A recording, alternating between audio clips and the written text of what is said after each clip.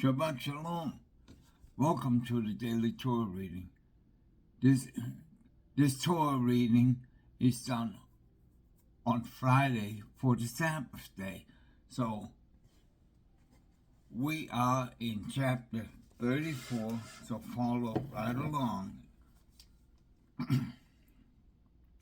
Genesis chapter 34. Now Dinah, the daughter whom Leah had borne to Yaakov, went out to visit the daughters of the land.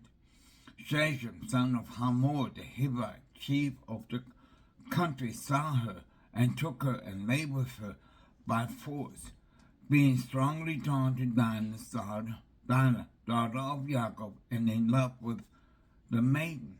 He spoke to the maidens tenderly. So Shechem said to his father Hamor, "Get me this girl as a wife." Yaakov heard that he had defied his daughter Dinah, but since his sons were in the field with his cattle, Yaakov kept silent until they came home. Then Shechem's father Hamor came out to Yaakov to speak to him. Meanwhile, Yaakov's sons, having heard the news, came in from the field. The men were distressed and very angry because he had committed an outrage in Israel by laying with Yaakov's daughter, a thing not to be done. And Hamor spoke with them, saying, "My son Shechem longed for your daughter. Please give her to him in marriage. Intermarry with us. Give your daughters to us and take our daughters for yourselves. You will dwell among us, and the land will be open before you. Settle, move about, and acquire holdings in it." Then Shechem said to her father and brothers, "Do me a favor, and I will pay whatever you tell me. Ask of me a price ever so high as well as gifts, and I will pay with what you tell me. Only give me the maiden for a wife." Yaakov's son answered Shechem and his father Hamor, speaking with guile, because he had defiled their sister Dinah, and said to them, "We cannot do these things to give our sister to a man who is uncircumcised, for that is a disgrace among us. Only on this condition will we agree with you, that you will become like us in that every male among you is circumcised. Then we will give our daughter to you and take your daughters to ourselves, and we will dwell among you and become as one kind." As 16 again. Then we will give our daughter to you and take your daughters to ourselves, and we will dwell among you and become as one kindred. But if you will not listen to us and become circumcised, we will take our daughter and go. The words pleased Hamor and Hamor's son Shechem, and the youth lost no time in doing the thing, for he wanted Yaakov's daughter. Now he was the most respected in his father's house. So Hamor and his son Shechem went to the public place of the town and spoke to their fellow townsmen, saying, "These people are our friends. Let them settle in the land and move about in it, for the land is large enough for them. We will take their daughters to ourselves as wives and give our daughters to them. But only on this condition will the men agree with us to dwell among us and be as one kindred. To all our males become circumcised as they are all circumcised. The cattle and substance and all their beasts will be ours if we only agree to the terms. so they will settle among us.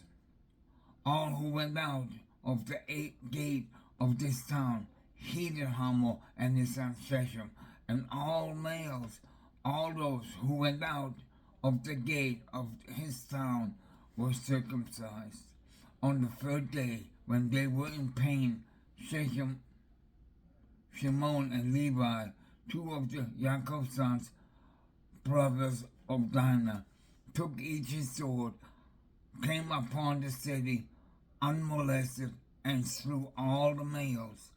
They put Hamor and his son Shechem to the sword. Two took Dinah out of Shechem's house and went away. The other sons of Jacob came upon the slain and plundered the town because their sister had been defiled. They seized the flocks and herds and asses, all that were inside the town and outside, all their wealth, all their children, all their wives, and all that was in the house they took as captives and booty. Jacob said to Shimon and Levi, "You have brought trouble on me, making me odious among the inhabitants of the land. The Canaanites and the Perizzites are men. My men are few in number, so that if they unite against me and attack me, I and my house will be destroyed." But they answered, "Should our sister be treated like a whore?" Chapter 35. Yah said to Jacob, "Arise, go up to Bethel and remain there, and build a Mizpah there to the God who appeared to you when you were fleeing from your brother Esau." So Jacob said to his household and to all who were with him, "Rid yourselves of all of the alien gods in your midst. Purify yourselves and change your clothes. Come, let us go to Bethel, and I will build a Mizpah there to the God who answered me when I was in distress, and who has been with me wherever I have gone." They gave to Jacob all the alien gods that they had, and the rings that were in their ears, and Jacob buried them under the terebinth that was near Shechem. As they set out, a terror from Yah fell on the cities round about, so that they did not pursue the sons of Jacob. Thus Jacob came to Luz, that is Bethel, in the land of Canaan, he and all the people who were with him. There he built a Mizpah and named the site El Bethel, for it was there that Yah had revealed himself to him when he was fleeing from his brother.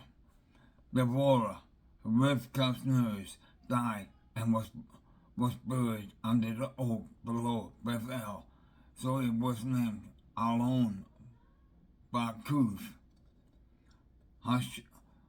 Yah appeared again to Jacob on his arrival from Padan Aram, and he blessed him. Yah said to him, You whose name is Jacob, you shall be called Jacob no more, but Israel shall be your name. Thus he named him Israel. And Yah said to him, I am El Shaddai. Be fertile and increase, a nation, an assembly of nations shall descend from you. Kings shall issue from your loins, and the land that I assigned to Abraham and Isaac I assign to you and to your offspring, to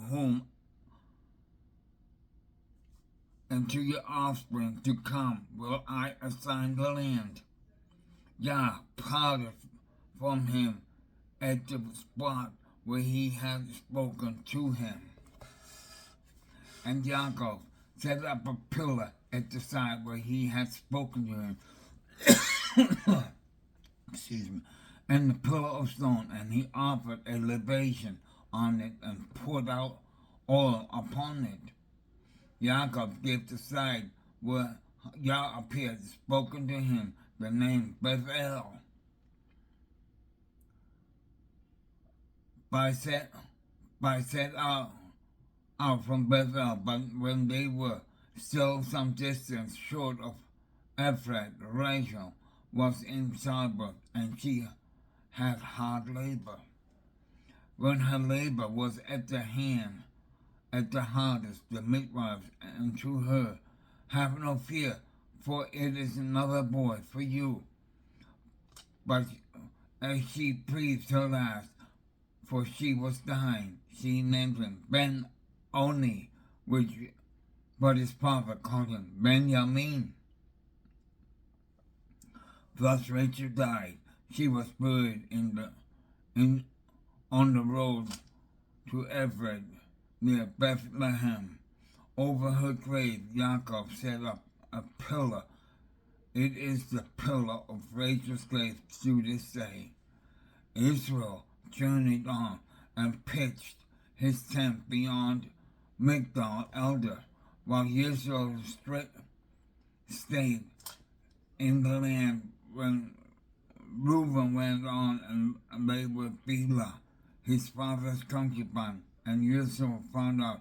Now the son of Yaakov were 12 in number, the son of Leah, Reuben, Yaakov, firstborn, Shimon, Levi, Yehudah, Issachar, and Zebulun, the sons of Rachel, Joseph, and Benjamin, the sons of Bilhah, Rachel's maid, Dan, and Naphtali, and the sons of Ziphrah, Leah's maid, Gad, and Asher. These are the sons of Jacob who were born to him in Padan Aram. And Jacob came to his father Yitzchak at Mamre and Kiryat Arba, now Shepron, where Abraham and Yitzchak had sojourned. Yitzchak was 108 years old. When he breathed his last and died, he was gathered to his kin in ripe old age and was buried by his sons Esau and Jacob.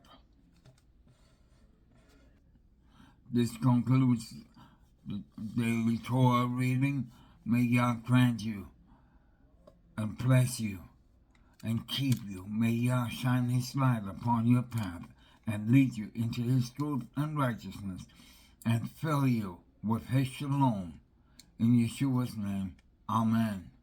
Until next time, for daily Torah reading, shalom.